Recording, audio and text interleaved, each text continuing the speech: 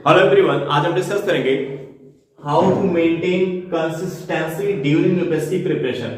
Consistency आपकी preparation का एक ऐसा पार्ट होता है जिसके थ्रू आउट ही आप फोकस होकर के स्टडी कर पाते हो और आपकी सफलता आपकी कंसिस्टेंसी के ऊपर डिपेंड करती है। जितना आप इसको मेंटेन करोगे उतनी आपके सक्सेस के चांस बढ़ जाते हैं। तो ऐसे में ये जानना आवश्यक हो जाता है कि हम अपनी ड्यूरिंग द यूपीएससी प्रिपरेशन या किसी भी गवर्नमेंट एग्जामिनेशन की तैयारी के दौरान अपनी कंसिस्टेंसी को कैसे मेंटेन करें। वो कौन कौन से पॉइंट है जो आपके कंसिस्टेंसी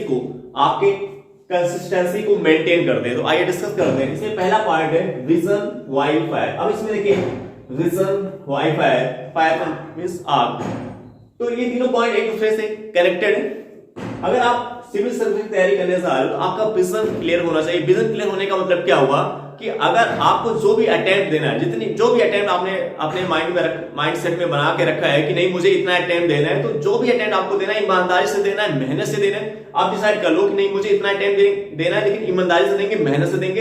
अगर इतने अटेम्प्ट में मेरा सिलेक्शन नहीं होता है तो हम ये अपना एक वर्क भी सेलेक्ट कर लो कि नहीं तब हम ये काम करेंगे। लेकिन इतना समय जो आप इस यूपीएससी के लिए निकाल रहे हो कि जो भी आपको लग रहा है, जो भी अटेम्प्ट आपको इतना देना है, लेकिन वो आपको ईमानदारी से मेहनत से देना, उसमें केवल फोकस होकर के वही एक ही काम करना है। ये नहीं कि आप उसमें और भी खिचड़ी पका रहे हो, अदर वर्क लाके उसमें कर रहे हो। तो फोकस होकर के स्टडी करना है, जो भी आपका अटेम्प्ट आपने डिसाइड करके रखा है। और अगर आपका इतने में अगर नहीं होगा, इतने समय तक मैं ईमानदारी से मेहनत से करूंगा, इतने में नहीं होगा तो मैं अपना प्लान बी पे अच्छे से वर्क करूंगा। For example Ravi Kumar Sial UPSC के टॉपर, उनसे पूछा गया मॉक इंटरव्यू में कि अगर आपका यूपीएससी में नहीं होगा तो आप क्या करेंगे।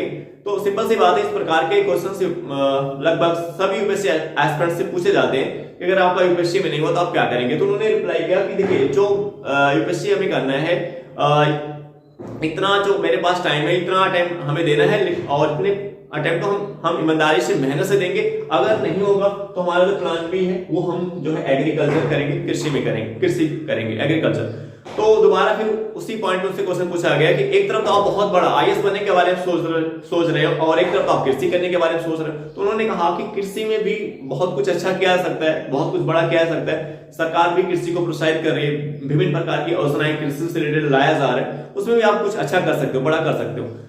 तो अब आप देखिए इनका इससे स्पष्ट होता है कि इनका क्लियर है, इनका विजन क्लियर है कि नहीं करना है तो यूपीएससी करना है, क्या है यूपीएससी करना है। अगर नहीं होगा तो क्या करेंगे, कृषि करेंगे। सिंपल सी बात, ये नहीं भटकाव नहीं है, ये यूपीएससी कर रहे हैं फिर एसएससी कर रहे हैं फिर वो एग्जाम क्लियर है कि अगर करना है, एकदम क्लियर है माइंडसेट कि अब करना है तो यूपीएससी करना है। अगर इसमें नहीं होगा तो बी प्लान के रूप में क्या है, कृषि एग्रीकल्चर करेंगे।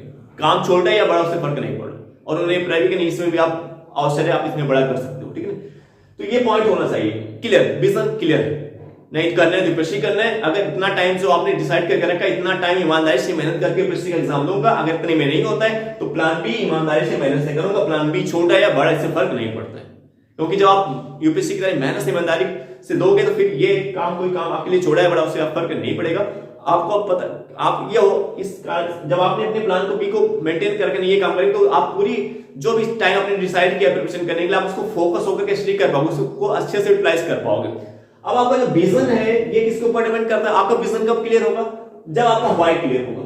आपका विजन तब तक नहीं क्लियर होगा जब तक आपका व्हाई क्लियर नहीं है। व्हाई का मतलब क्या हुआ कि आप प्रिपरेशन क्यों करने जा रहे हो, वो कौन सा कारण है। व्हाई मतलब कौन सा कारण है जिस कारण ने आपको यूपीएससी की प्रिपरेशन करने के लिए पुश किया, वो कारण आपको आइडेंटिफाई करना है। बिना कारण के आपका विजन क्लियर नहीं होगा। अगर आप बिना कारण के यानी आपका व्हाई क्लियर ही नहीं, आपका कोई रीजन नहीं यूपीएससी करने का, तो आपका विजन क्लियर नहीं होगा, आप भटकाव की स्थिति में रहेंगे। आप कभी भी यूपीएससी की तैयारी फोकस होकर के नहीं कर पाएंगे। 3 महीने यूपीएससी करोगे, 2 महीने एसएससी करोगे, 3 महीने डीसी का काम करोगे और भी छोटे छोटे जो एग्जाम होते हैं वहां पे आप भटकते रहोगे। तो कभी भी आप फोकस होकर स्टडी नहीं कर पाओगे जब तक आपका व्हाई यानी वो कारण आपने आइडेंटिफाई नहीं किया है कि क्यों यूपीएससी की तैयारी आप करने जा रहे हो। क्योंकि ये क्लियर नहीं होगा तो आपका विजन क्लियर नहीं होगा। तो आपका विजन किसके ऊपर डिपेंड कर रहा है, व्हाई के ऊपर, यानी वो कारण क्या है जिस कारण से आप यूपीएससी की तैयारी करने जा रहे हो। अब एग्जांपल क्या कारण होता है, जैसे बेसिक एग्जांपल एक मूवी आपने देखा होगा मेरी शादी में जरूर आना। तो हीरो उसमें एक नॉर्मल लाइफ जी रहा है, कलर की सर्विस कर रहा है। आफ्टर उसकी फिर शादी तय होती है, लेकिन उसके बाद उसे एक कारण मिल जाता है कि नहीं करना है, क्या यूपीएससी करना है। तो ये कारण उसको मिल जाता है। और ऐसे बहुत सारे आईएएस टॉपर्स हैं जिनकी स्टोरी सेम ऐसे ही मिलती है। इस तरीके से उन्होंने अपने कारण को आइडेंटिफाई किया। तो अब एक कारण हमने आपको कारण क्या होता है, तो इस प्रकार के कारण हो गए। जैसे वो मेरी शादी जरूर आज मूवी है, उसमें हीरो नॉर्मल लाइफ एक कलर की जॉब कर रहा है, लेकिन आफ्टर डेट उसको एक कारण मिल जाता है, उसकी शादी के दौरान उसको एक कारण मिलता है कि नहीं करना है तो क्या करना है, यूपीएससी करना है, और वो कारण उसके अंदर क्या जनरेट कर देता है, फायर। आग आपके अंदर तभी लगेगी जब, अब देखिए आपका व्हाई क्लियर है, आप क्यों कर रहे हो सिर्फ तैयारी, तभी आपका विजन क्लियर होगा। और आपके अंदर आग कब लगी करने की, नहीं करना है तो यूपीएससी करना है, जब आपका व्हाई कारण आपने पहचान लिया कि इस कारण से यूपीएससी करने जा, यानी आपके अंदर आग कब लगेगी, जब वो कारण पता होगा यूपीएससी करने का।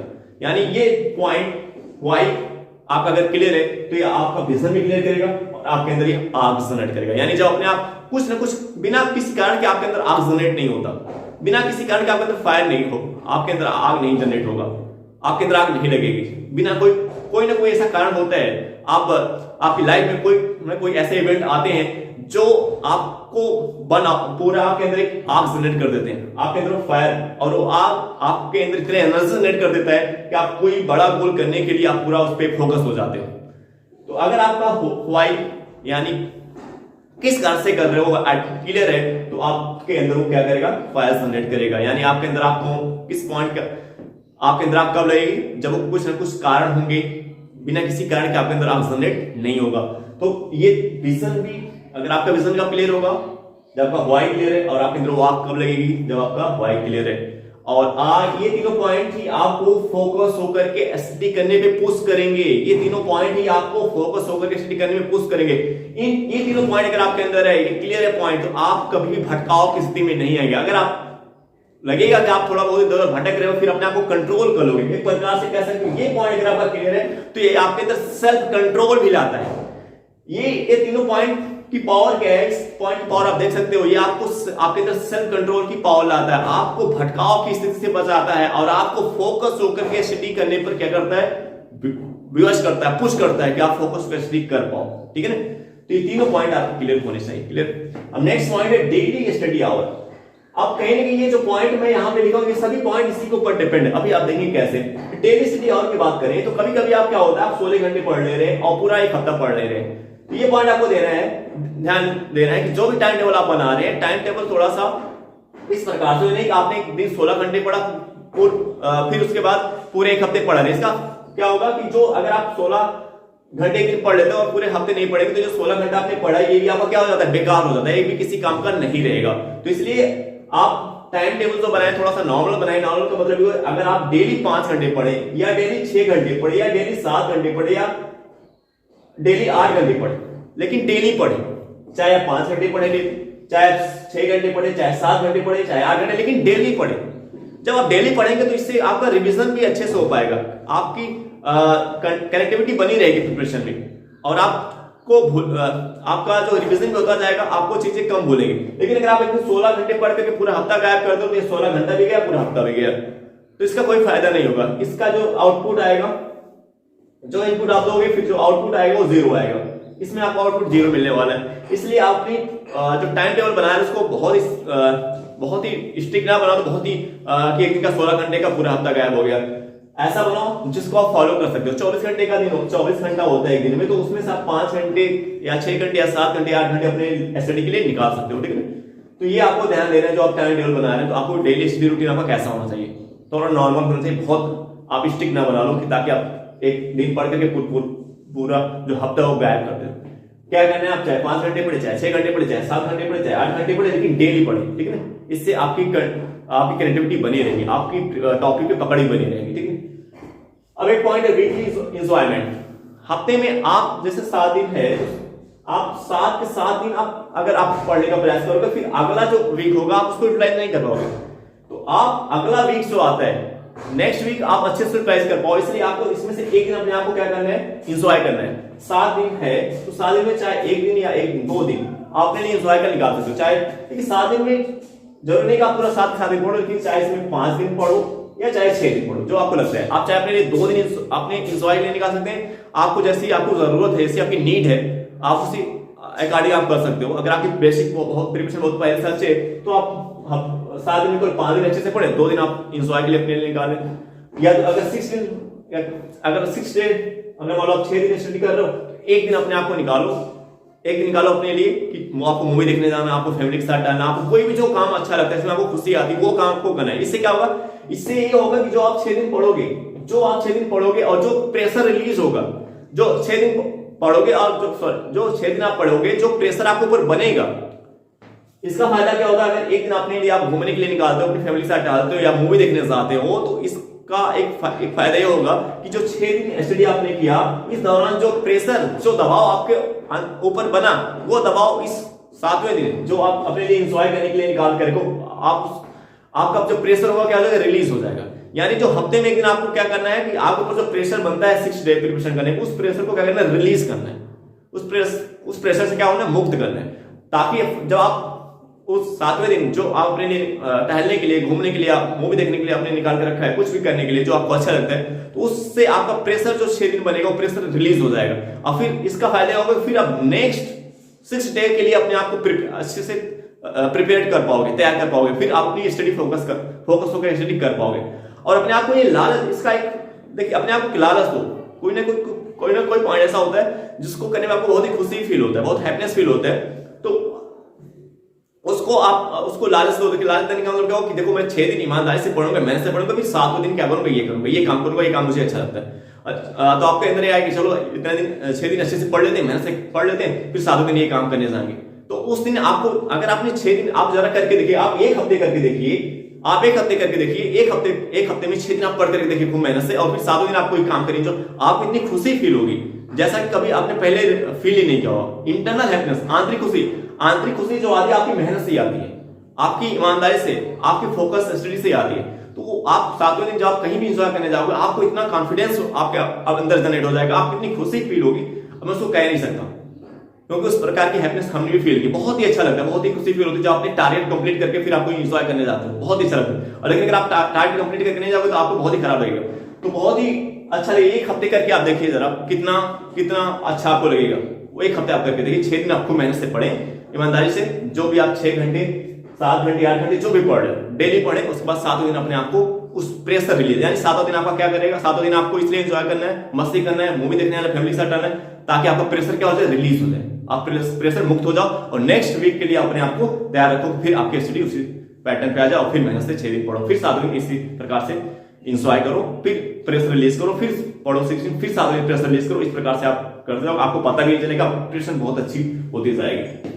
अब इससे एक पॉइंट आ रहा है कंपैरिजन। देखिए कंपैरिजन क्या होता है, देखिए तुलना में क्या होता है, जैसे आप यूपीएससी की तैयारी कर रहे हो, पता चला आपको किसी दोस्त का किसी छोटे पद पे कहीं सिलेक्शन हो गया, एसएससी में 10+2 लेवल के एग्जाम में हो गया, किसी और एग्जाम में हो गया, बैंक क्लर्क में हो गया, या लेखपाल में हो गया, टीचर में हो गया, तो अब आप उसको देख करके आप उसको डाइवर्ट हो रहे हो, अब आप उससे तुलना कर रहे हो, अरे ये तो हो गया, मैं तो भी नहीं हो रहा है, मैं मेहनत कर रहा हूं। तो इससे क्या होगा, फिर आप भटकाव की स्थिति में आ जाते हो, भटकाव की स्थिति में आएंगे तो फिर आपका फोकस नहीं हो पाएगा, फिर आप पता चला बीच में 6 महीने यूपीएससी की तैयारी करें, फिर 5 दिन कोई पता चला किसी ने कहा कि देखो ये वैकेंसी आ गई है, लेखपाल का फॉर्म आ गया, अब पता चला आपने बीच में लेखपाल का फॉर्म भर दिया, अब 5 महीने आपने यूपीएससी की तैयारी की थी, अब 5 महीने आप 6 महीने लेखपाल की तैयारी करने के लिए जुट गए, अब वो पूरा 5 महीने जो आपने किया वो भी बेकार हो गया, किसी काम का नहीं हुआ।